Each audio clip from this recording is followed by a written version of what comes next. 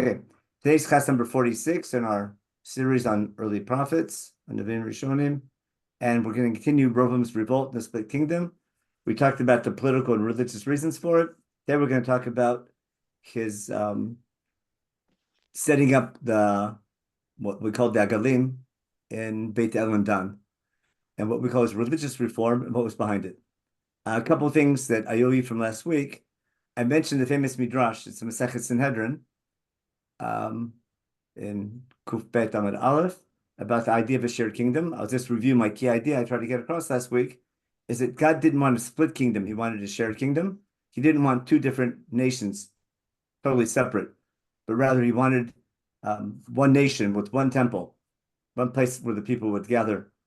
But politically, he wanted the political leadership with Ephraim and more of I wouldn't say religious leadership, but national leadership, in pretty much like a president and prime minister set up like they have in Israel today. That would be the job of the king of Yehuda. But instead of sharing the kingdom, they ended up with a split kingdom. So in Perek Aleph, the end of Perek Yud Gimel, it says, Achar Davars, after all these incidents, which we'll talk about today, Yerovam didn't return to God from his evil ways. In other words, Yerovam, despite all the signs he received from the Navi, etc., despite all that, Yerovam continued with his with his religious reform and political reform, and didn't listen to what the Navi told him, and continued in his bad ways. So on this verse, what's the mean achar dvar? What's achar? After what? Is what event happened where it says after this event, Yerovam didn't do tshuva.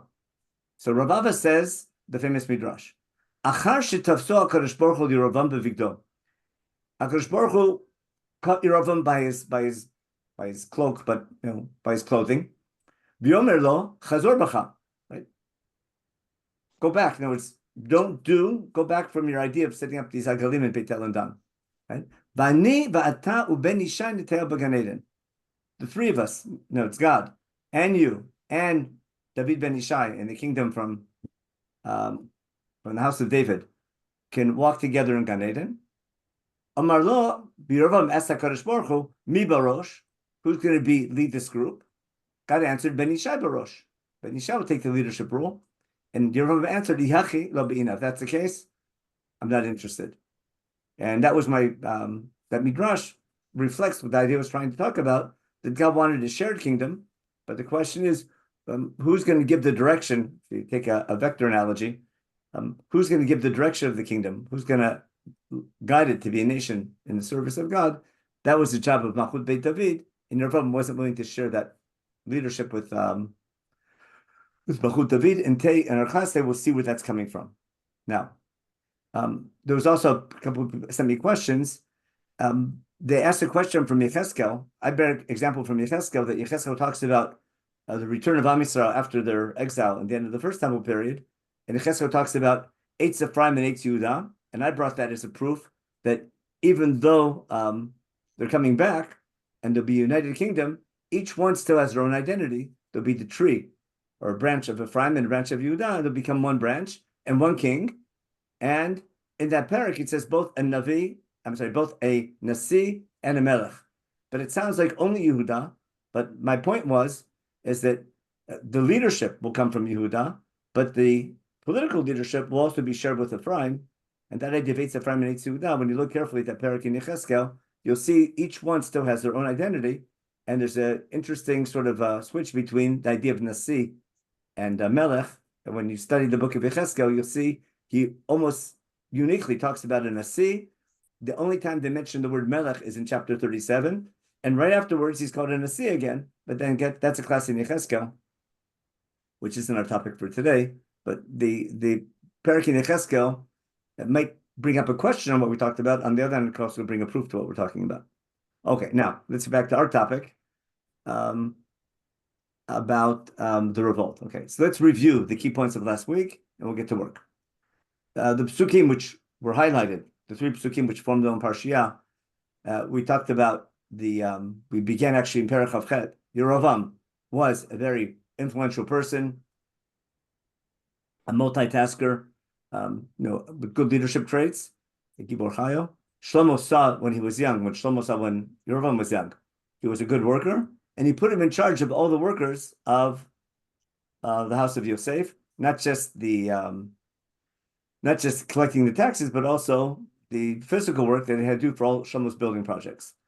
And therefore, Yerovam, who is now in charge of all the workers from the tribe of Ephraim, he starts a rebellion against the king.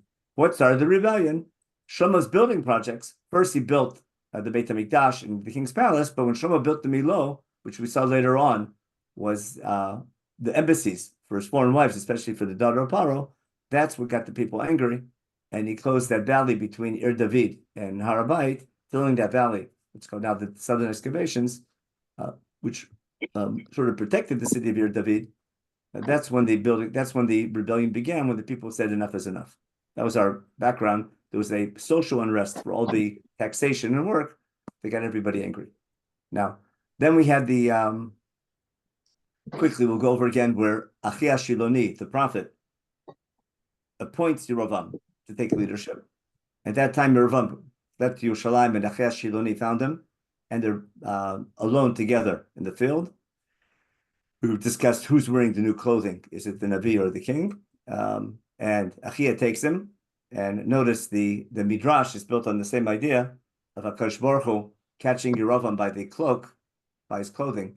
And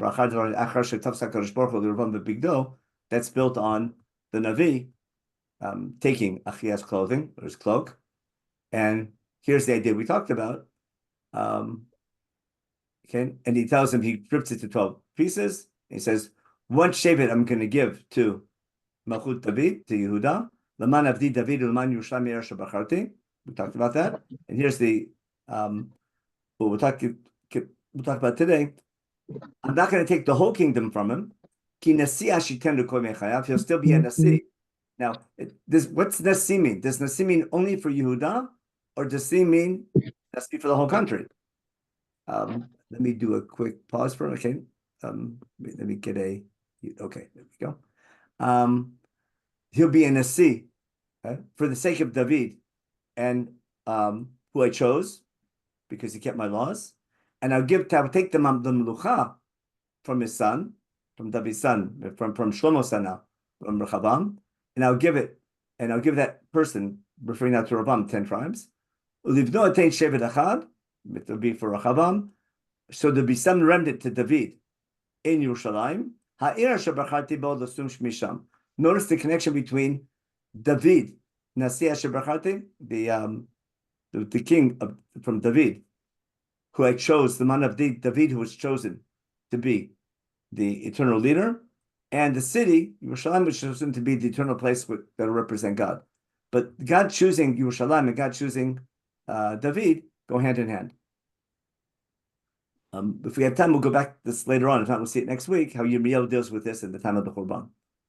Now, that's what we talked. That was a review from last week. And again, one last thing, the building projects that we saw back in chapter 9. When Shlomo collected all the taxation, he built taxation to build the house for God, the Milo, that was the Chomot of Yerushalayim, Chatzor, Megiddo, and Gezer. And when Bat Paro, he took from Ir David and built a special house for her, we called that an embassy. That's when he built the Milo, and that was our connection between building the Milo and the Mir. We talked about building a house for God, fine, a house for the king, but all these foreign influences, the people said enough is enough. It was a bit of a social revolt against Shlomo's growing building projects going too fast, changed the whole nature of society. And this is what we discussed last week.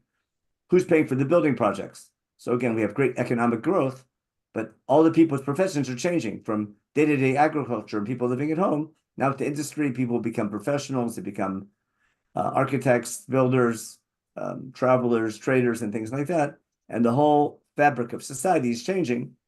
And instead of Israel having influence on other nations, the other nations having a bigger influence on us, and that leads to the little by little idol worship creeping in other cultures. Now, we talked about Yerovam being in charge of not just the financial tax, but the labor tax.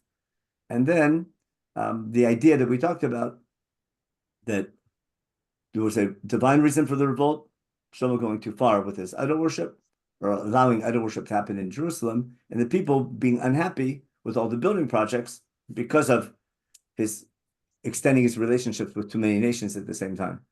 There was another question someone asked me when it says that Shlomo had 700 wives and 300 pilagshim. Is that a gusma? Is that an exaggeration? If the number comes out to exactly 1,000, I don't think you have to take it literally. It's coming to exaggerate.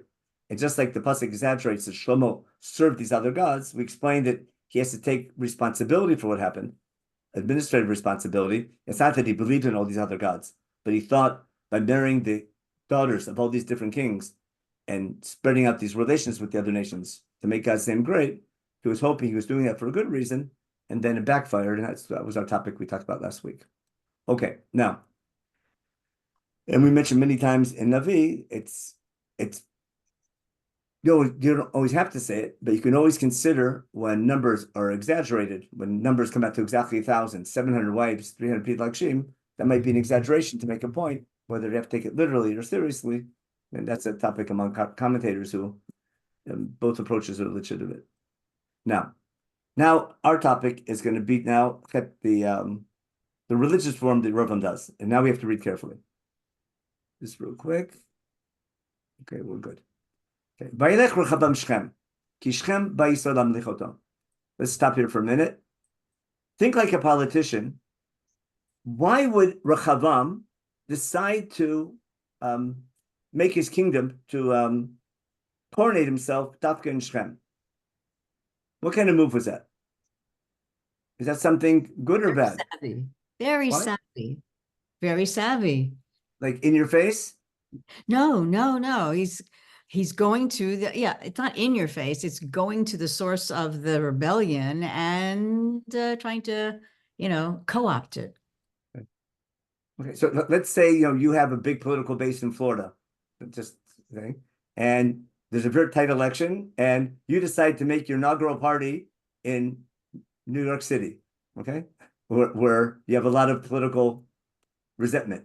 Now, is that an attempt to unite the country? Got it? Or is that sort of in your face? I'm showing you who's boss. I'm just using an analogy that you can figure out the rest. Not saying again good or bad. But that's a good question. When Rechavam decides to coronate himself, to make a coronation ceremony, in the center of his opposition, is that a show of force? I'm showing you who's boss? Or is that an attempt to unite the country? Now, the problem is, if we didn't have any background before, I would say maybe it's just a sign of unity. But when we read back in chapter 11 that Shlomo already had trouble with Yerovam, and he had to run away, and there was already unrest in the time of Shlomo with the northern kingdom, it seems like it's a show of force, as we'll see that as we go on. So that's number one. But going to Shechem, now, someone remind me, what religious importance is there to Shechem if you go back to Chumash? When's the first time we find Shechem as an important city? It's Avram's favorite place to go. Why did you say favorite? Well, when you come to Eretz Yisrael, the first place you go is Shechem. Is it because it's your favorite or because it's entering the country? Well, same so thing. If you know your geography, if you're coming from Ever Yarden, he's coming from Mesopotamia, you're crossing the Yabok, which is the Jordan, like the opposite side of the Jordan River thing, and you come up Nachal Tirza, and you want to get into the mountain range. Shechem is where Nachal Tirza reaches the mountain range, with Har Gerizim and Harvan on either side. It's the entry when you're coming from the east into the mountain range, the center, like this spinal of the spine of Israel, what's called Har Mori, on the high mountain range, which is Yudah and Shomron. The natural entry is from Shechem. That's number one. Anyone else come from Shechem or leave from Shechem? Yosef is kidnapped from Shechem, and there's also the way before that, when Yaakov goes to exile, when Yaakov returns from Lavan, his first stop is in Shechem, and both Avram and Yaakov in Shechem build a mizbeach, and thank God. Now, but from Shechem, Avram travels to Beit El and makes a name for God. Remember, Avram goes from Shechem to Beit El. In Shechem, he builds a mizbeach. And God tells him, this is the land you're getting. Remember? And from there he goes to Shechem. No. And then from there he goes to Beit El. Got it? No, that's backwards. What? First he goes to Shechem and then to He Beit gets El. to Shechem. He has a dream in Shechem. Hashem gives him the two promises of land and a family, and he builds a mizbeach to thank Hashem. It says so explicitly in the very Exactly. next pasuk. Then he goes up the mountain, up high, and then he builds another mizbeach. He's not thanking Hashem there. It says, "Vayikra b'shem Hashem." Hashem. He's advertising. Yeah, that's exactly my point. The Shechem is the entry when you come in, where you thank God, and then you reach your goal in Beit El. I'll show you the psukim that Asher is quoting. If I open up Breshit, where are we? Yeah, Breshit open here. We do that Exodus. We want Breshit, chapter 12. When Avram first comes, Avram's first entry is in Pasuk Vav. Avram comes from Mesopotamia. Ad Mekom Shechem Ad Lo Moreh. Okay. God appears to him and says, "The Zarcha Natate et Haaretz." That's what we're referring to. Okay. He builds a mizbeach. So it sounds like he's thanking God. Doesn't say what he does there, but God appeared to him and gave him that message, and he builds a mizbeach. There he continues traveling along the mountain range. Not necessarily higher up. It's pretty much the same height, but along the top of the mountain range, Highway 60 today, from Shechem, along the mountain range, going south, between Beit El and Ai. Right? And what does he do near Beit El? He builds a mizbeach, and there he makes a name for God. He calls out in God's name and starts achieving his goal. And then he continues going south. Then he goes down to Egypt. When he comes back from Egypt in chapter 13, he doesn't return to Shechem. It's not on the way. But what he does do, he returns from the south, he returns back to Beit El, to the Mekom HaMizbeach, between Beit El and Ai. And there again, he calls out in God's name. So going from Shechem to Beit El is meaningful. Now, I think what Asher was referring to, if I go to Yaakov in chapter 35, I'm sorry, I meant to go. Yaakov goes via Sukkot, does he not? That's Sukkot is right by the Yabok crossing place on his way back. Pretty much, most likely Avram came the same way. But after Sukkot, from Sukkot, then he goes to Beit El. He goes to Shechem first, and things don't go so good in Shechem. In Shechem, he returns to in the end of 33. The very end of chapter 33. V'yabok Shalem, here Shechem, remember? B'shavti b'shalom Beit Avi, big machloket is Shalem, the name of the city, or how he came back. That's not important for now. But he goes to Shechem when he comes back, and then he buys some real estate, which he'll need for the future. And there again, he builds him his mizbeach like Avram did in Shechem. But he doesn't call in the name of God. He calls the mizbeach the God who took care of Yaakov, or the God who took care of Israel. In chapter 10, what happened in Shechem, the big event with with Dinah, etc. They have to run away from Shechem. Remember? Yeah. Then God tells Yaakov, get out of there, go to Beit El, build the mizbeach for the God who saved you last time you were in trouble. And then he tells the people, let's go to Beit El and get rid of our idol worship. Okay, let's go to Beit El and build a mizbeach to the God who answered me from the time of my trouble. Okay? And they get rid of the idol worship. And then when they get to Beit El, he builds their mizbeach and he calls the place El Beit El. Why? Not because he's making a name for God. He can't make a name for God because he's being chased by all the neighbors for what he did in Shechem. But that's where God appeared to him when he was in trouble the first time. And here God's going to save him a second time. But isn't it important that he goes to Sukkot first? Aren't you ignoring Sukkot in your analysis? Sukkot that was back in chapter 33, but he's still in Sukkot. He's still in Eber HaYarden. Sukkot is a place he's traveling to. White mentions it. It's the place where he distinguishes himself from Esav. No, it's after his encounter with Esav. But I'm saying my point is when he gets to the land of Israel, his first place in Eretz Canaan is going to be Shechem and then Beit El. But in a very different way than Avram Avinu. Instead of coming to Beit El to make a name for God, Yaakov is in the opposite. He's running away from the enemies because he's being chased for what happened in Shechem. And he's thanking God. Basically, is Beit El a place of refuge or Beit El a place of making a name for God? Which is the same place. Do you go to Shul to save you from your enemies? or is a shul a place where God's name emanates and has an effect on the people around you? Now, and then also in Beit El, God appeared to him again there and repeated the promise of the land and having children and being chosen. And that God tells Yaakov in Beit El, Ani El Shaddai Perivei, have the name changed to, what do you call it? From Yaakov to Israel. And again, promising the land, but it will happen officially in a future time after they come back from Egypt. So anyway, all I'm pointing out is that Shem has important meaning. What's interesting, though, in Shem, especially with Yaakov, that's going to be the place where you have the brothers sort of not getting along for the first time, the story with Dinah, and having trouble with the foreign enemies. And as you mentioned before, Mechrat Yosef begins with Yaakov going to Shem to find his brothers, even though Mechrat Yosef itself is in Dotan, a little north of Shem. But basically, Shem is what do you call it? Has great potential, but all for good or for bad. That's my main point. But now, for a geographical reason, it makes sense that Shem is an important city because of its location on the mountain range and the main highway going down to the east, to the Jordan River crossing, to the Gilad and to Ever Yarden.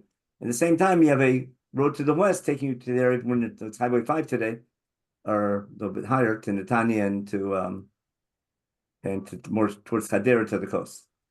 Now back to our story. Yerovam going to do religious reform.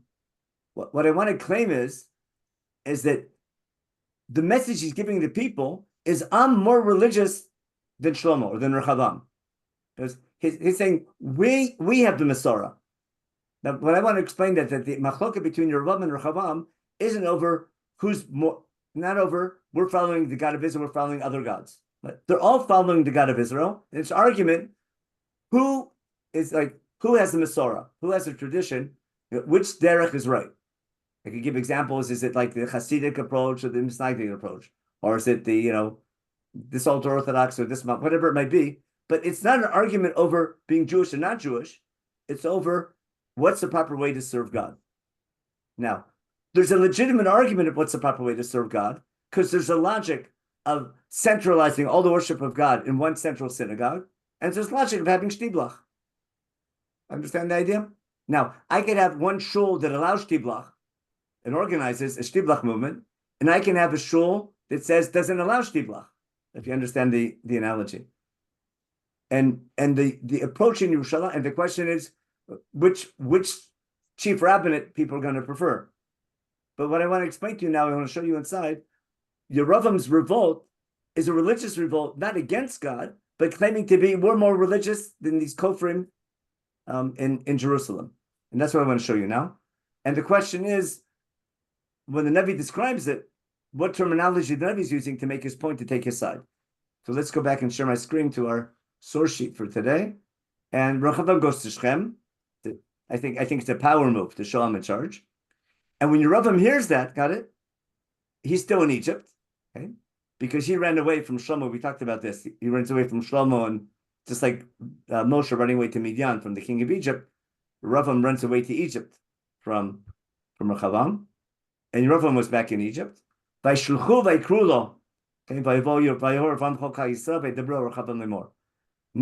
because Rechavam is coming in a power move to show I'm in charge, the people of Shechem, we're going to give it back to you. We're going to show you in charge. Now, what does Rechavam say to the people? Okay? I'm sorry, what's Yerovam tell the people? Avicha, your father, hikshatu leinu. Remember my point last week that it's a social revolt against all the hardship of the labor tax on the people? It says, your father increased taxes, not just financial taxes, but also working taxes. We had too much miluim service. It was for national projects. He was taking us as workers, like sometimes even several months a year. Okay, and now we want you to lighten the workload that your father put upon us. Umiulo, from the yoke, the heavy yoke, all kaved, which you put on our necks. Okay, so they're begging him lower our taxes. I'm saying it's a social revolt against heavy taxation of Rechavam, of Shlomo's policy, and saying, Rechavam, you're a son, be nicer to us, and we'll accept you. Right? Okay, so instead of giving an answer, he says, let's move it to come back in 3 days, I'll give you an answer. Now, why the 3 days? We have to have a meeting, etc. Now, is that basically putting things off because you want to organize the army? That's the question. Is why Rabbi saying, give me 3 days to talk about it? So he's going to have a government meeting, and he's going to have his right wingers and left wingers, or his young advisors and more experienced advisors. And then, so Yerovam takes counsel with the elders who were with Shlomo, right, when Shlomo was still alive, and he asks them, what do you think I should do? He takes the older people, and they told him, be nice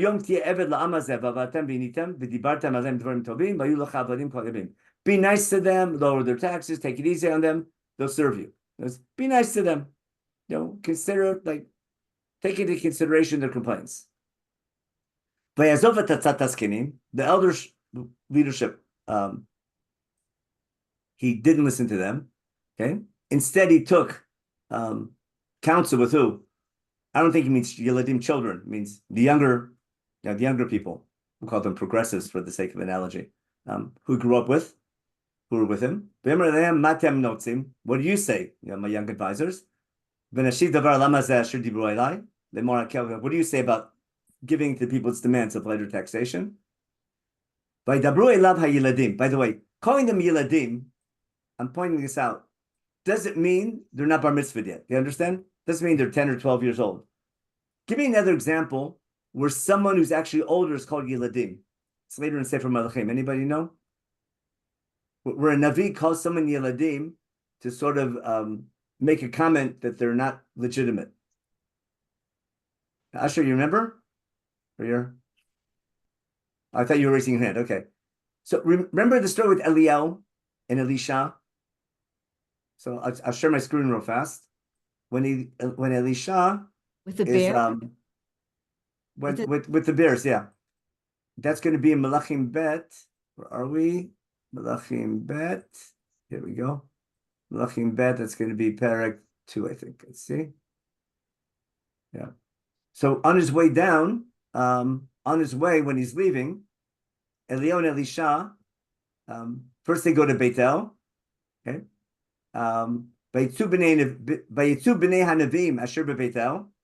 There's yeshiva, like there's b'nei nevi'im, people basically young people trying to show the people the ways of God in Beitel. And they tell Elisha, do you know that God's taking your boss away from you today? Elisha says, I know, etc. And then he goes to Yericho, and the b'nei nevim there also told him the same thing. And they say, no, keep it quiet. And then they cross the Jordan, and then he gets the Aderet, etc. And the people in Yericho who see what happened, they accept Elisha as the successor of Eliyahu. Okay, and then the Anshe Ir tell Elisha, no, we need the water now is bitter, and Elisha does a miracle with the water, and they accept him. Okay, v'yam misham Beitel, v'hu oleh baderech unarim ktanim yetzu min ha'ir. They call him like little kids now, and they make fun of him, calling him alei kerech. They're not making fun of the fact that he's bald, because Eliyahu was known as the Navi with the long hair. We sing at Mitzvah Shabbat Zmirot. It's also a pasuk later on when they're looking for him with Achav and Obadiah, etc. They're describing Eliyahu. He's the guy with the long hair. Eliyahu and Elisha are different. And when the people are calling Alei Kerech, means you're not Eliyahu. They're not making fun of the fact he's bald, because what's wrong with being bald? A lot of people are bald. Nothing personal. Now, but it means you're not your boss. You're not, and they don't accept the derech of Elisha. They're more like Midat Hadin of Eliyahu. Okay? And now he sees them, okay, and he curses them, or curse them. What's he mean by cursing them? I'm not talking about that now. But the Tubim come, and what happened? And how many? And 42 Yeladim are hurt by the thing. How to take that story? I'm saying it goes from Na'arim to what? To Yeladim. It starts with B'nai Nevim. It's the B'nai Nevim in Beitel. If you look at the story chiastically, it starts in Beitel and ends in Beitel. The B'nai Nevim in Beitel are not willing to let Eliyahu go. They don't see Elisha as his successor. And when it's the people, and then they go to Yericho accepts him as his successor. But the Nevim in Beitel don't accept him as successor. And now at the end of the story, we go from the Nevim to Narim to Yeladim. That's my point in the story. Okay. Now, why do we do all that?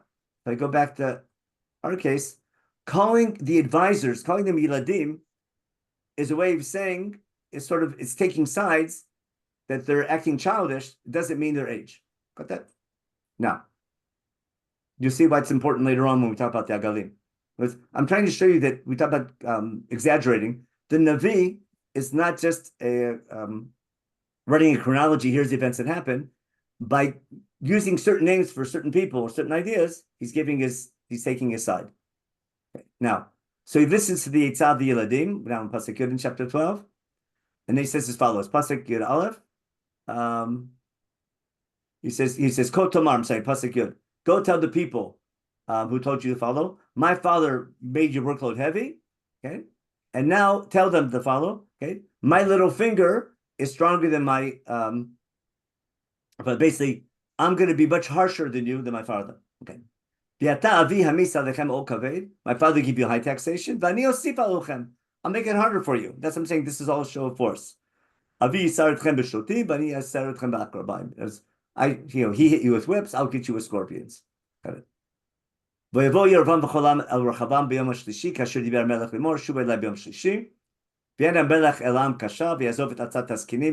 give to keep the people, he gives them the advice of the young people, which was wrong, of course, and they give the message from the things, and guess what happens? Okay. The king didn't listen to the people's request. Why? That's what we call dual causality. What's the reason for the revolt? It sounds like this was all only because Achia Shiloni promised God's going to punish Shlomo by taking the kingdom from his son. But I'm trying to show you it's not in a vacuum. The reason why the people are angry with Shlomo and hence rebelled against Rechavam is for the heavy taxation due to the building projects, which were due to the too many wives. So there's a logical social reason for the unrest. In addition to that, those embassies turned into idol worship for the country. Okay? And that's a religious reason. And that's why God was angry and sent Achia Shiloni to sort of spark the revolt of Yerovam. But here we're tying the two together. This was what we call dual causality, and two causes for the same event. There's a religious reason and a political reason. That's the point I was trying to show you all along. Now, now,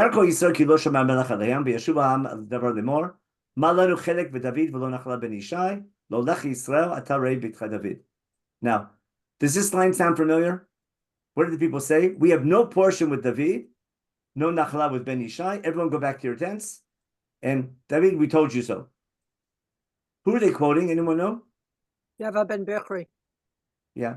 After the rebellion of Avshalom in chapter 20 in Shmuel Bet, when there was that terrible civil war between Avshalom supporters and David supporters, when Avshalom was finally killed in battle, and there's an argument who's going to bring David back and make him king, the northern tribes, remember? Or Yehuda, remember Bnei Yehuda say one thing, the 10 tribes say something else. We have more portion with David, and we supported you. Another civil war is about to break out. In the middle of this, Sheba Bichri says, you know what? We don't need all this. And he starts a people's revolt, and they say, we don't need this kingdom. Who needs the whole idea? Everyone back to your own tents means, who needs this whole idea of a kingdom? Of this united kingdom? And therefore, it's echoing the same idea from before. There was tension from way back. And Bnei Yisrael Yoshvim Ba'arei Yehuda b'milchem Rechavam, but the people up north are going to take Rechavam will be in charge down south with Yehuda, and Rechavam will be up north. Now, Vayshach Melech Rechavam et Adoram Asher Lamas v'Gimul Kol Yisrael event. Now the tax collector comes to Shechem, and guess what happens? They stone the guy, and he dies, and then and Rechavam has to run away from the city. Got it? To Yerushalayim, to save himself from being assassinated. Okay? And from then, Vayivshu Yisrael b'Beit David Ad Yom Hazeh. What's Ad Yom Hazeh? That gives us again an indicator when this is being written. This is being written early in the First Temple period. So because later, after Sancheriv comes in, the kingdom sort of unites again. But when this section was being written, Beit David was already separated from the northern tribes, and they were fighting with each other, because it's all from the Achia Shiloni, which is a Navi in the time period of Rechavam and Yerovam. Okay, now, Vayikishmo Ko Yisrael Ki Shav Yerovam Vayishluchu Vayikru Oto Kol Eda Vayimlich Oto Al Kol Yisrael V'lo Yacharit Beit David Zol Tishevet Yehuda Levado. Here it's interesting. They say only Shevet Yehuda was with David. They don't mention Binyamin, even though we see later on the Binyamin must have been with David. Now, remember we talked about who's the Shevet Echad Etenglo. Is that just David, or is also David? Is that just Yehuda, or Yehuda and Binyamin? Okay, now this is interesting. What happens next? Here we go. Binyamin's here. 180,000 בחור עושה מלחמה להילחם עם בית ישראל להשיב את המלוכה לרחב בן שלמה. We're going to show him who's boss. And Rechavam musters up his army with Bnei Binyamin to go fight the northern kingdom to bring Israel back under the kingdom. And listen carefully. Another Navi comes in, Shmaya. Emor Rechavam ben Shlomo ben Yehuda beit Yehuda Binyamin v'Yetaram lemor. Kol mar Hashem lo talo v'lo telachamu im achrechem bnei Yisrael. Shuv ish b'bito ki mitein ha'davar hazeh v'yishmo devar Hashem v'yeshuv devar Hashem. What's important about this? A Navi comes and tells the people of Yehuda, don't go to war. Why? This was instigated by God. This isn't simply, a social unrest. It's not a rebellion against the kingdom. There's religious reasons for this revolt, and God's behind it. Now, you understand how important that is? That means there's all these natural reasons and political reasons for Yeroboam's revolt. At the last minute, the chief rabbi comes in, this Navi, Shmaya, and tells the people of Yehuda, this revolt is not political, it's religious, and it's your responsibility, basically, to accept this as a punishment and not to go to war against your fellow Jews. What I'm trying to show you from here is that the people don't see this in the beginning. They don't see the revolt. They don't see the religious side behind the revolt. They don't see the prophet behind it, because the prophecy of Achia Shiloni was done in private. Remember, they were alone in the field. The people didn't get the message on their own with the revolt, and now Shmaya, the Navi, has to tell the people in Yehuda, this was from God, this is your punishment. And they accept the Nebuah, which is, I think that's a good sign. Now, what should happen next? If my understanding is correct, there doesn't need to be a split kingdom, but rather the political leadership, running the country, should still be now with Ephraim, with Yerovam, and Yehuda would remain the place where the temple is going to be. And the people should still go to Yerushalayim for the korbanot, etc. That should still be the Makom HaSheriv Hashem. That Shlomo, remember, the last 30, 40 years, the temple has been at the center of our national and religious existence. So what does Yerovam do? By even Yerovam at Shechem Bahar Ephraim, he builds up, again, his central city, Shechem and Har Ephraim. And then he moves to Penuel, that's a city, again, in Nachal Tirzah, towards Sukkot, in the direction of Sukkot, Nachal Tirzah, towards the Jordan River Valley, but still at the edge of the mountain range. So he's building up his kingdom. Now, here's what's key. V'yomer Yerovam b'libo. Atat teshuva melacha lebeit David. What does it mean, b'libo? By the way, how does the Navi know what he said? Okay, give me another example in Chumash where someone talks to their heart and everyone knows about it. Esav. Yeah, Esav said b'libo. Remember, you can Evel Avi, right? And somehow Rechav, so his mother figured it out. What's important is the Navi's telling you what his real intention was, but what Yerovam said in his heart is not what he said publicly. Listen carefully. Yerovam saying this, Yerovam is going to institute religious reform for political reasons. And keep that in mind, because we're going to follow this through the rest of the book. The Navi's going to complain about, the book's going to complain about Chet Yerovam, which causes the split in the kingdom, which ruins by Rishon, the whole first temple period. It's Chet Yerovam. It's not idol worship, right? It's religious reform for political reasons. Because sometimes you need religious reform, but the question is, what's your motivation? Now listen carefully to what happens. He says to himself, what's going to happen? Right now, I have a lot of public support, but I'm going to lose it. Why? If Yerushalayim remains the central place of worship and the place for Aliyah L'Regel, everyone's going to go on a regular basis. They'll go back. Oh, I remember the good old days. We had this all public support in the beginning. It's going to filter out. And if they go to Yerushalayim on a regular basis, little by little, they're going to go back to Rechavam. Barguni v'shava Rechavam melech Yehuda. They'll rebel against me. They'll kill me. And I lost my kingdom. And therefore, Vayvatz HaMelech, what do? He takes counsel with his advisors. V'yashnei Eglei Zahav. Now, did he really call them Agalim? We'll talk about this in a minute. But the Navi calls them Agalim. V'yomer lehem, Rav lechem meot Yerushalayim, hinei Elohecha Yisrael she'alucha me'eretz Mitzrayim. These are going to be the symbol of God who took you out of Egypt. I'm going to follow what Rav Yaakov Meidan, I've learned this from him in his class. I'm not sure whether Rabbi Ben-Nun agrees with him or not. But the way they always taught us in yeshiva was, they're not called Agalim. They're called Kruvim. And what does he do? Putting two Kruvim, or two temples, one in Beit El and one in Dan. What cities are those? Those are the borders of his kingdom. Beit El is the southern border, Dan is the northern border. Now, if there are two temples, they're called what's called Miktashei Gvul. If you've ever been to Tel Arad, it's another example.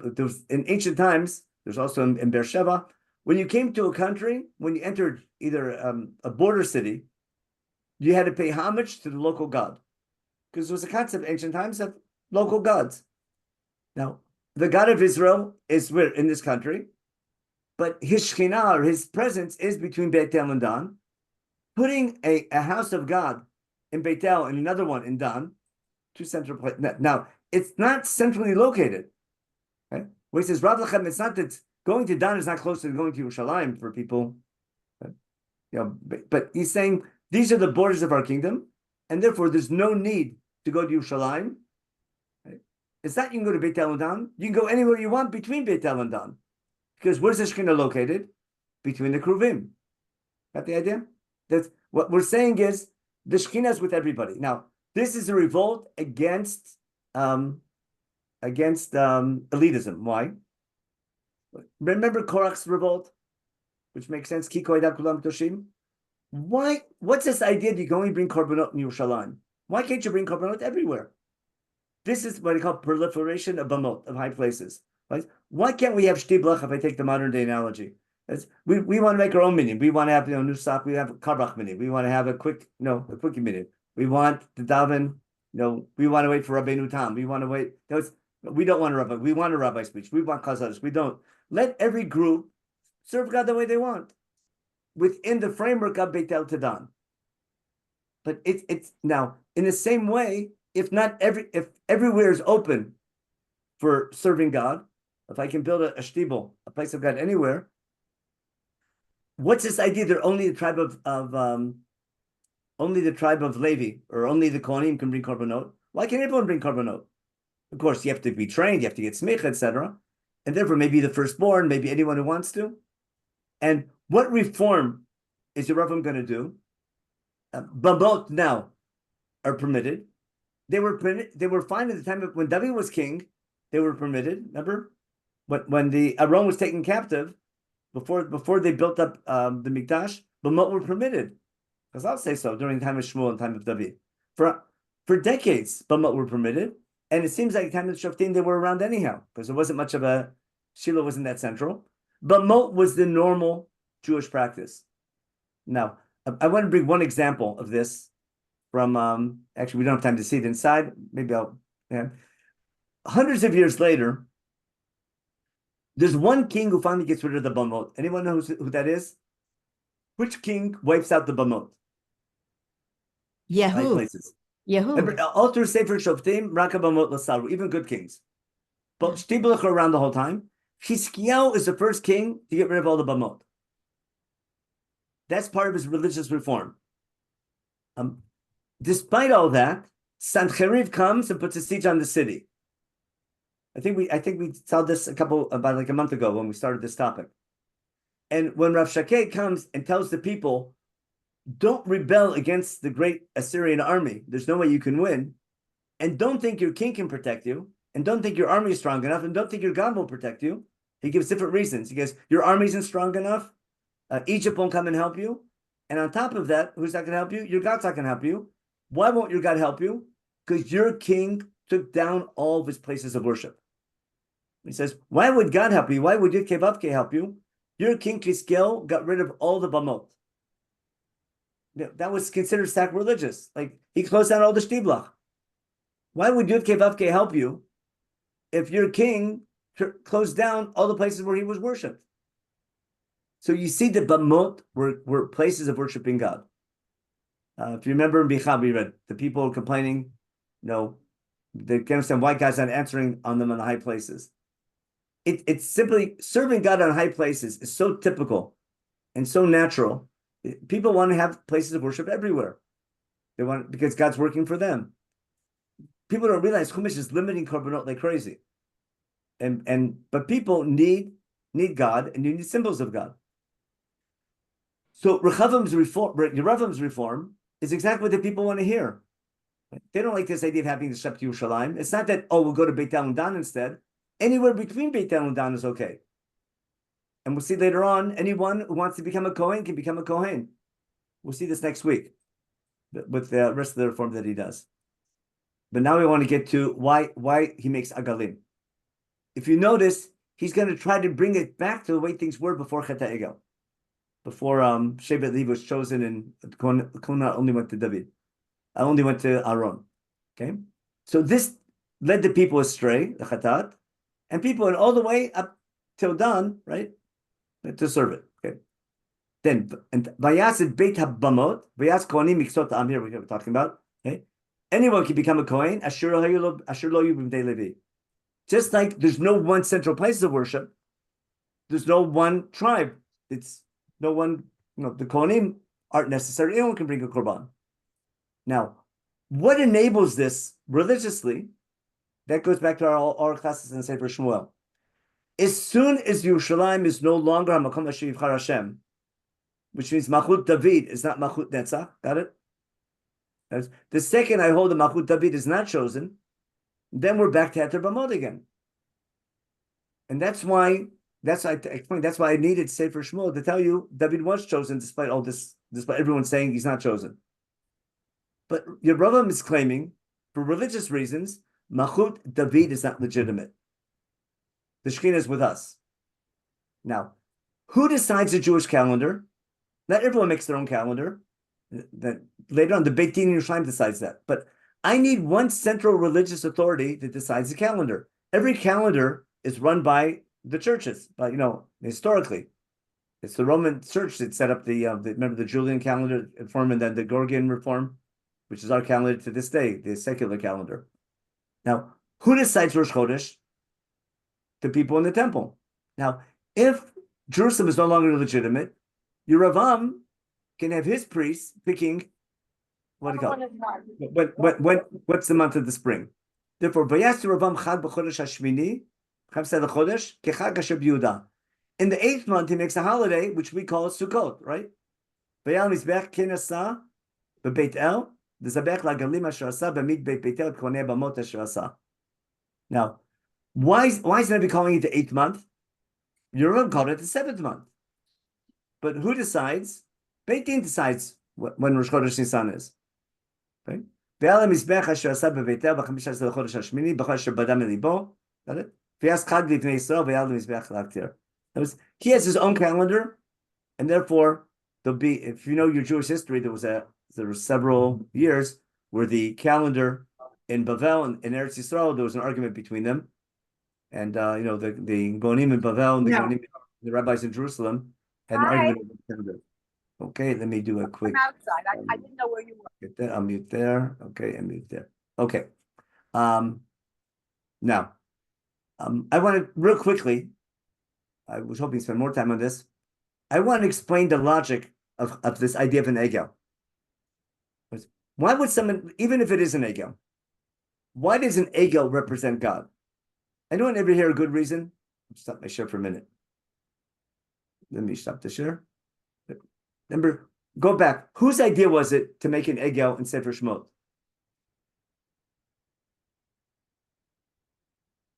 The Didn't it, egel in Sefer Shemot. didn't it just happen? I thought it just popped out. According to Chumash, not according to Rashi. Okay, what does Chumash say? Chumash says it was Aaron's idea. Aaron did it from beginning to end.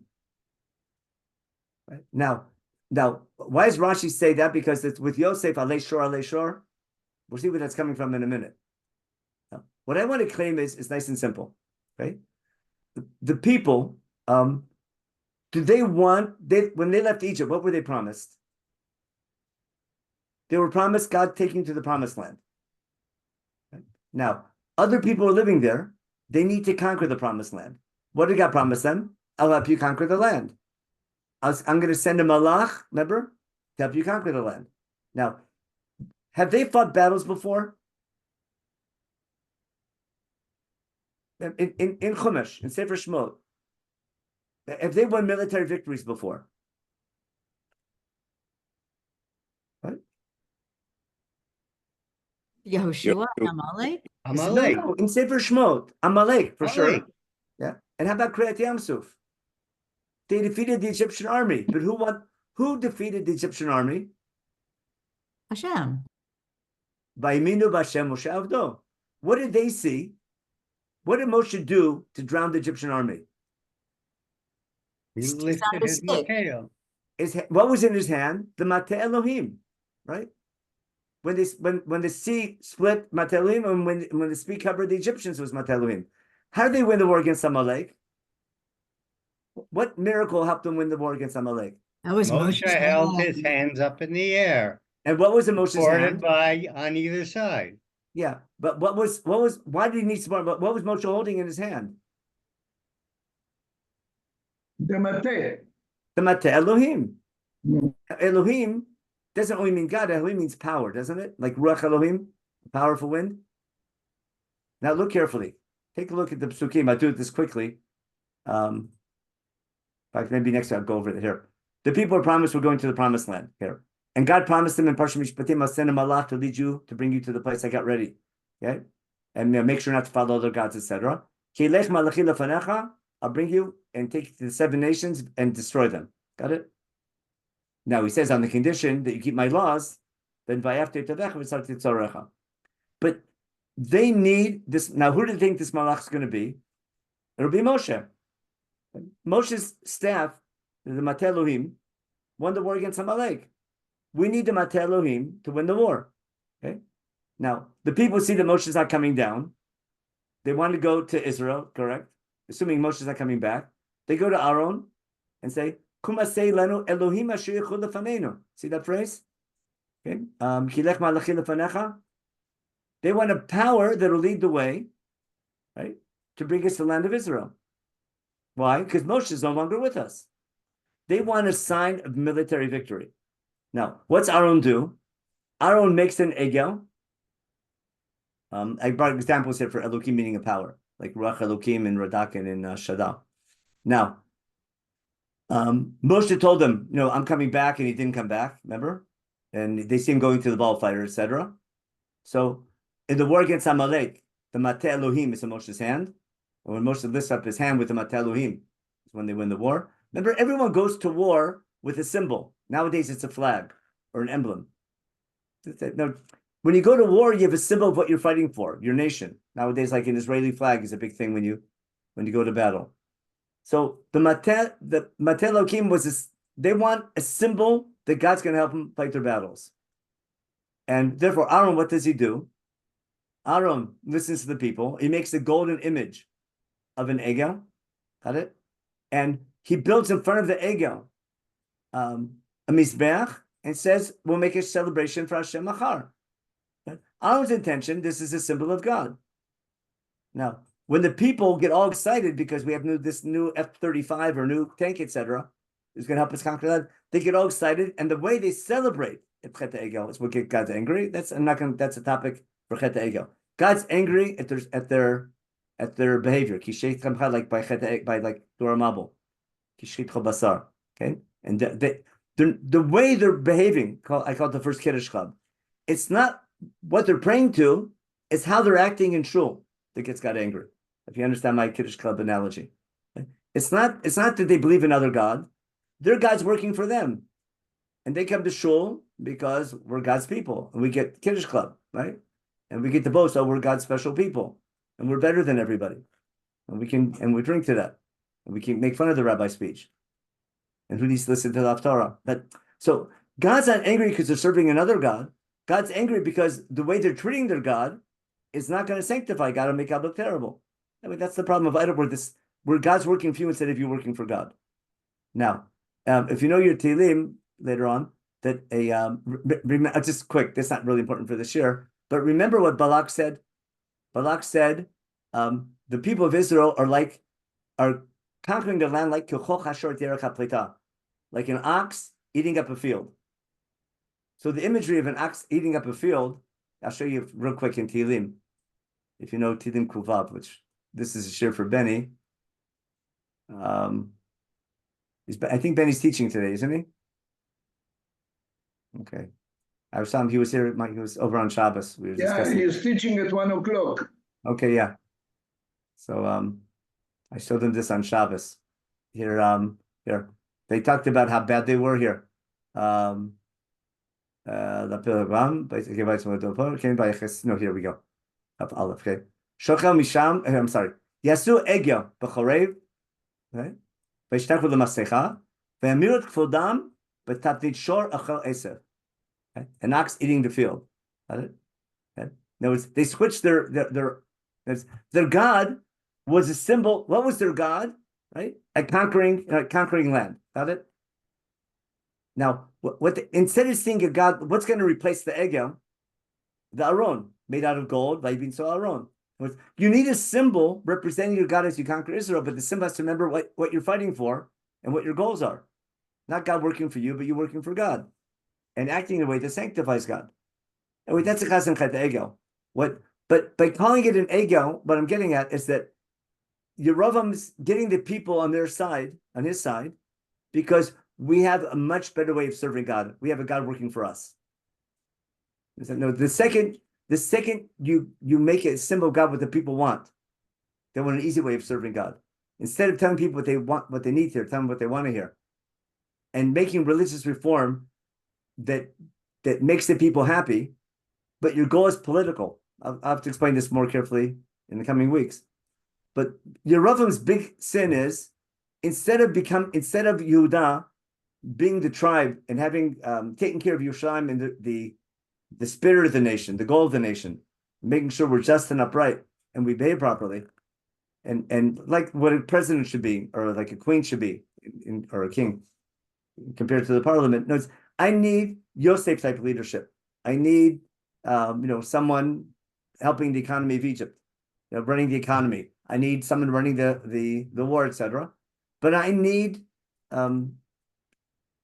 leadership of of ideals and values and goals. Again, Shevet Levi can do the teaching and the instruction, but I need political leadership that makes sure Israel is going in the right direction as far as being a nation representing God. The whole thing in Mishpat and Staka that Malchut David's supposed to be doing, that we saw over and over again.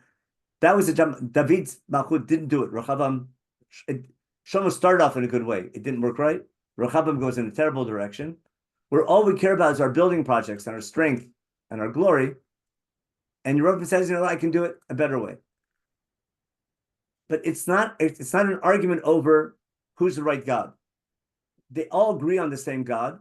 The argument between Yerovam and Rechavam is how to serve God and who's God working for. And both sides have it wrong. Rechavam's not doing proper leadership. He's not giving example of good political leadership as well. And they deserve the punishment they get. But Yerovam, instead of using that and taking the economic leadership and political leadership and working together with Yehuda, says, no, I'm afraid that I'll lose my political support if I keep the people going to Yerushalayim. And he undertakes religious reform. Okay? Now he says that in his heart, that's the reason for it. That's what the Nabi is telling you. But he's suggesting religious reform, but his real goals are political.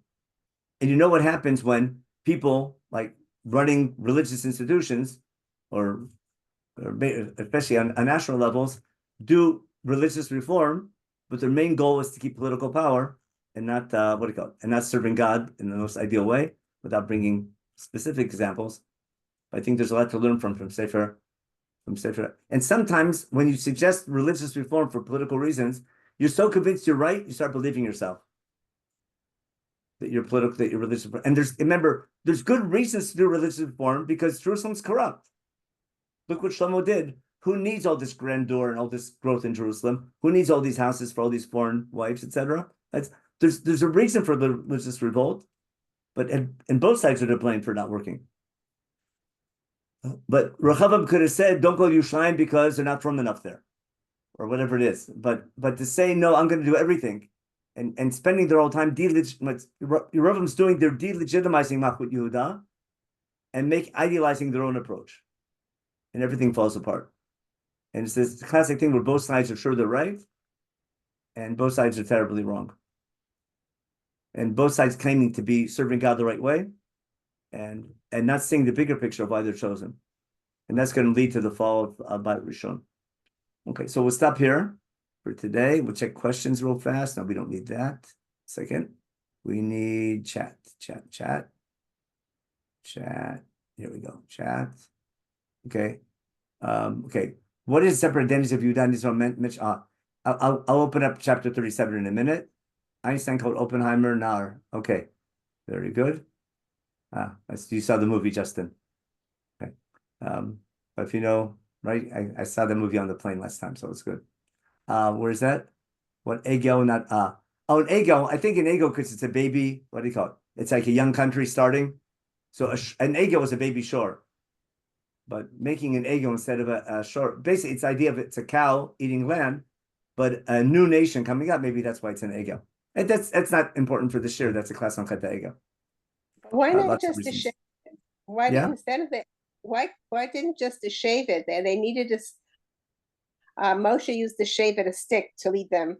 So why didn't instead of an eagle come out, just the Aaron would have the shave it in his hand, and that would be enough to give them courage. Because Moshe took it on the mountain with him. Moshe has it. But maybe so. Why couldn't another shave it be? Meaning Mateh. So that's why maybe he could have, but he says he takes. They ask for Elohim. They're asking for a power. Elohim means a power. Mateh Elohim means a powerful stick. It's not God's stick. Mateh Elohim. It's a stick that represents the power of God.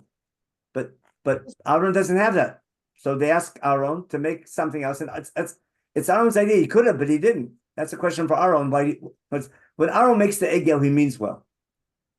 Yeah, correct? I know. I just means well. And he becomes going good afterwards, and he fixes it, and the kosher egel is going to be the Aaron. The idea is a good idea. It wasn't taught properly. That's all. Remember, the egel is replaced. The Aaron leads him to battle. Right. I need a symbol of God leading us to war, but the symbol has to remember that if we're working for God, not God working for us. So when the symbol of God is God working for you and God giving you military power, so I can be the new builder in the Middle East, if that's what God is to you, then you didn't understand why God's choosing you, and why should God help you? If your symbol of God reminds you of building a nation that's going to sanctify God in their behavior, and the Torah that represents, then that's going to be the Aaron. Now, a golden symbol, people make symbols out of gold. It's a whole jewelry business. That's why dafka gold. It makes sense, but you need some symbol of your connection to God. You need something. You can't do nothing. So they made an egel. The matzah wouldn't have been so provocative because an egel is like a pestle. A stick is just a symbol rather than a pestle itself. Yeah, but it's what the symbol represents. Like, anyway, one other question was that when Aaron says Chag Hashem Machar, it could be. The question is he anticipating Yeravam, or what do you call it? I would like to more than merely that he's when the word Machar anticipates the way that Yeravam changes the date of Sukkot by 1 month. Okay, that could be, but in general, I don't think it's predetermined. But the question is why the Navi in the Achia Shiloni, who's writing this section in Sefer Melachim, is using wording from Chet Egel. That's no doubt. Remember Aaron's son, Yerovam's sons are Nadav and Aviah. He sees himself as sort of fixing Aaron. There's all these connections between Yerovam's revolt and Chet Egel. You can't miss them. Now, did he actually, that's a question, did he actually make an Egel? Or did he make a kruv and the Navi calls it an Egel? But it's always referred to as Agalim. That's going to be the question all the way through. Did when Yerovam made the Agalim, did he call them Agalim? Did he call them Kruvim? That we don't know for sure, but it could be that he called them Kruvim. Now, if you know your Yechezkel, the four faces, one is a Kruv and one is a Shor. So it's an Egel and a Shor go hand in hand there. In the imagery, we don't even know what a Kruv is. But he's making some symbol of that God Shekhinah is between these two Agalim. And Menachem, isn't the fact that if he's using Kruvim, he's also mocking Shlomo's gigantic Kruvim that he put up in his Mikdash. That was big. He's saying these Kruvim are centered in one place, and we're saying the Kruvim are is it one central place or the whole nation? That's a big machloket about the idea of Kedusha. It goes back to, now remember, Korach's also suggesting religious reform for political reasons, isn't he? It's going to be the something where Shmuel is going to be. Shmuel was the tikkun of Rechavam of Korach. Okay, everyone have a good week, and Rabbi Joe will be back next week. And the schedule this week. Benny's teaching next in a little bit, half hour, and Rabbi Shulman's teaching this week, and you have on Yirmiyahu, and you have I have a whole list here. Give me a half a second. Check my email. The rabbi gave me a list. Here we are. Rabbi Kalman. Here we go. I got that one. Give me a second. Here we go. Rabbi Grummett. Yeah, Rabbi Grummett this week. Wait a second. I had a whole bunch. I just lost it. Oh, here we are. Was it? Oh, Nechama Price is giving Parshat Shavuot this week. She's my student from 20 years ago. Rabbi Shulman, Rabbi Grummett, Rabbi Elef on the history of Judaism in America, and Benny. Okay, but pretty much the same schedule as last week, and Rabbi Grummett's adding and still back, and Nechama's giving Parshat Shavuot already. Okay, everyone have a good week, and next week back to normal. Okay, bye-bye.